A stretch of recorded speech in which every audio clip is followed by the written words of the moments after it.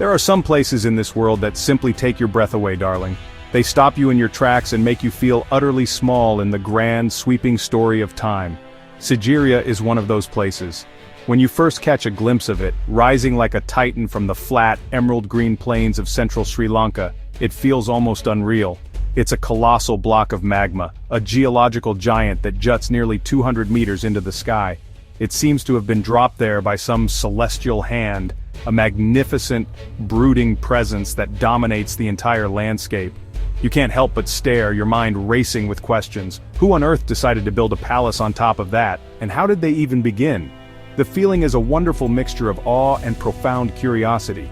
You feel a pull, a magnetic urge to get closer and uncover its secrets. The air around Sigiriya seems to hum with a special energy, a quiet power that has soaked into the earth over centuries. As you walk through the ancient water gardens that lead to its base, you are treading on ground that has witnessed so much history. You imagine kings and queens, monks in saffron robes, and artisans whose hands shaped this extraordinary place. It's not just a rock, it's a storybook written in stone, and every step you take brings you deeper into its spellbinding narrative. Visiting Sigiriya is a pilgrimage, not just for tourists, but for anyone who loves a good mystery.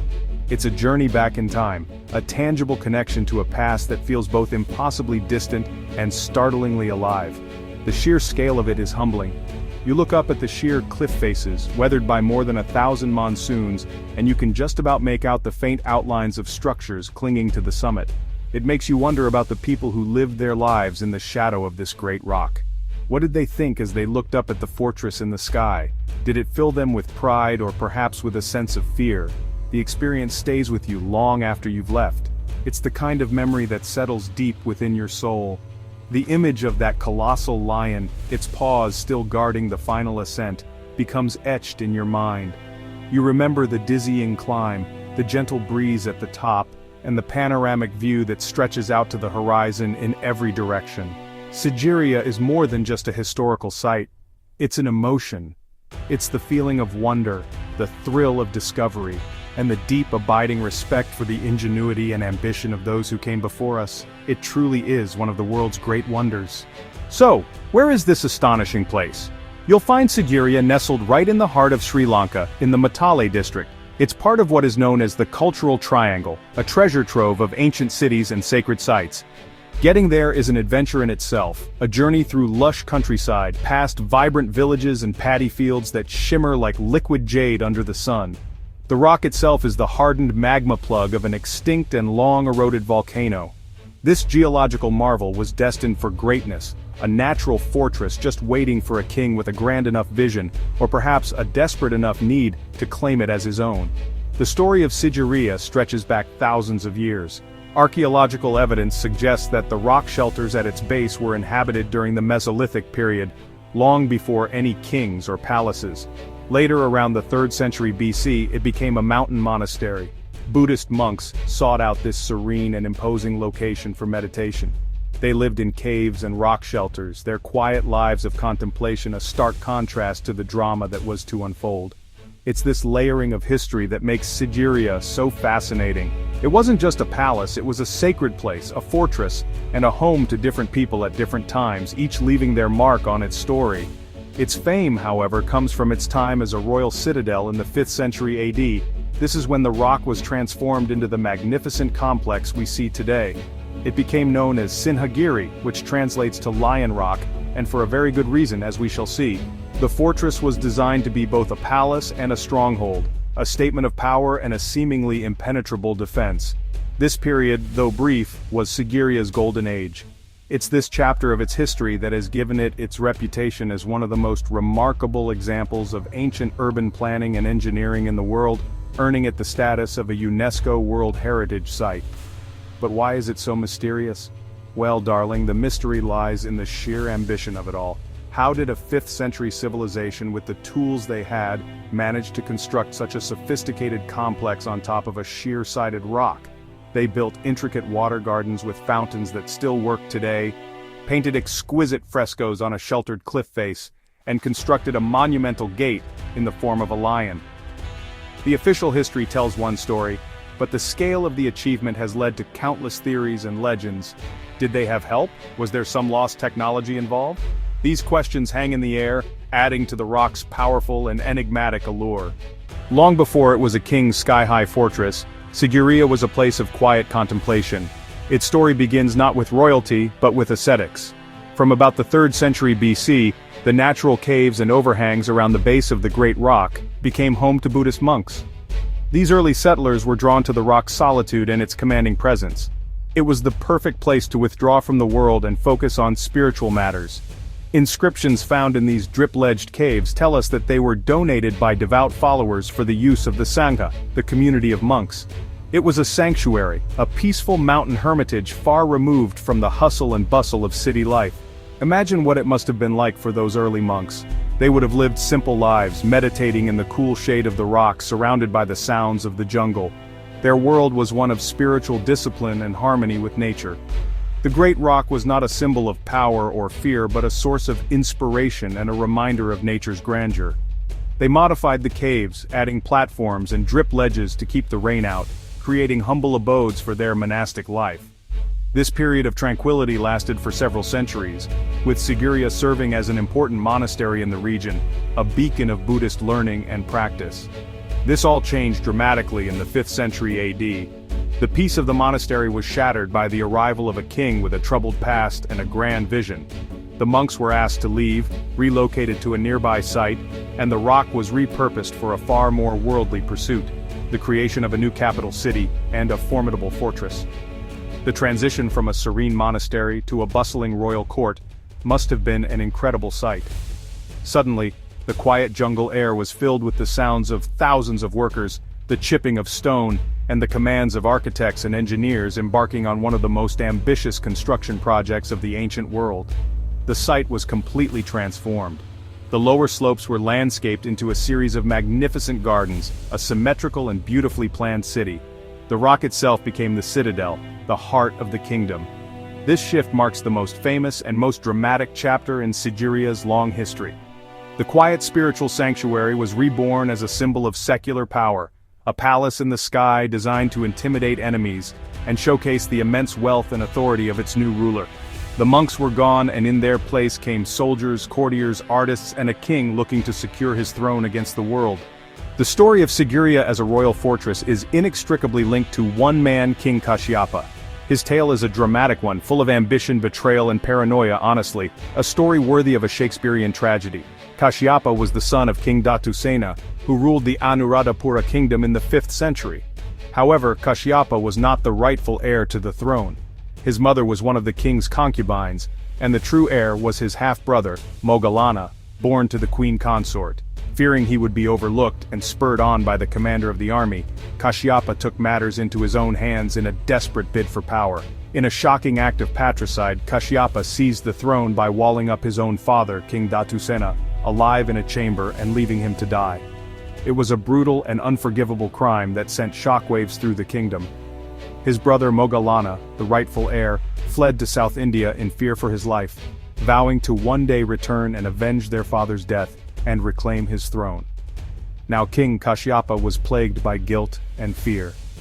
He was deeply unpopular with his people and the Buddhist clergy, who were horrified by his actions. He knew that his brother would eventually return with an army.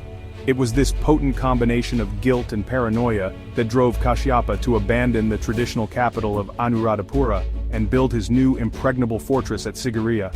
He chose the Great Rock not just for its defensive advantages, but perhaps as a way to elevate himself, to create a divine palace in the heavens, far from the judgment of the people below. He wanted to build a capital that was not only safe but also a dazzling display of his power and wealth. The entire complex was designed to be a new Alakamanda, the mythical city of the gods, with Kashyapa ruling from its summit like Kuvera, the god of wealth. For 18 years, Kashyapa ruled from his magnificent sky palace.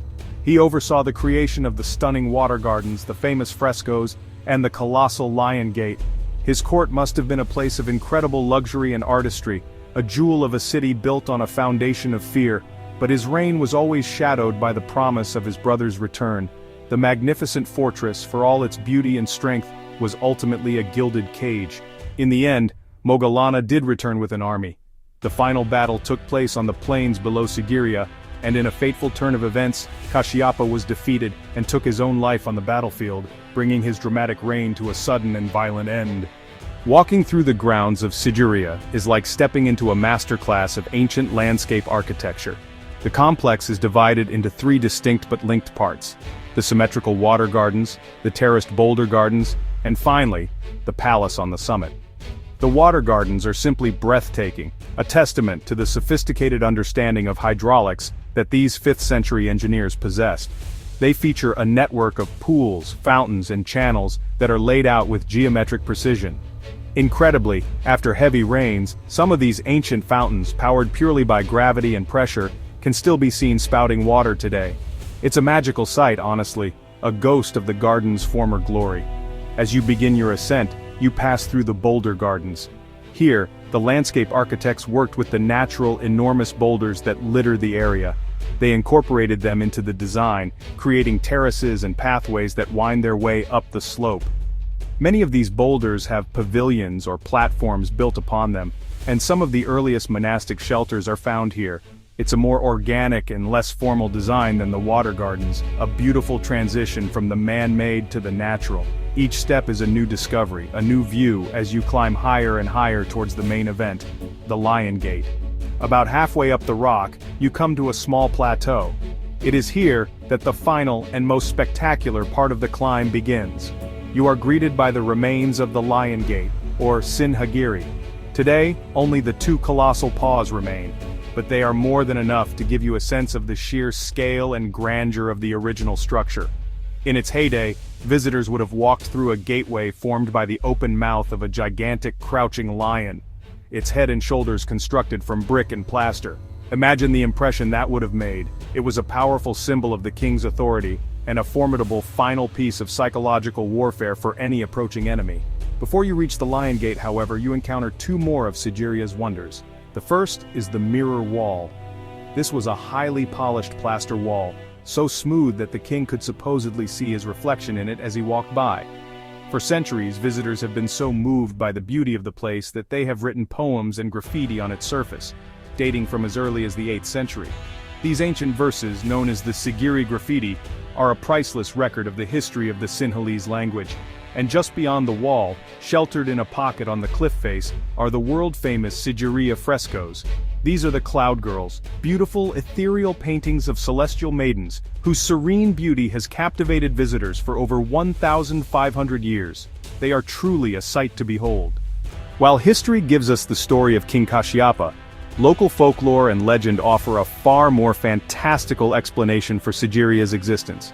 For some, the idea that mere mortals could have built such a wonder is simply too hard to believe.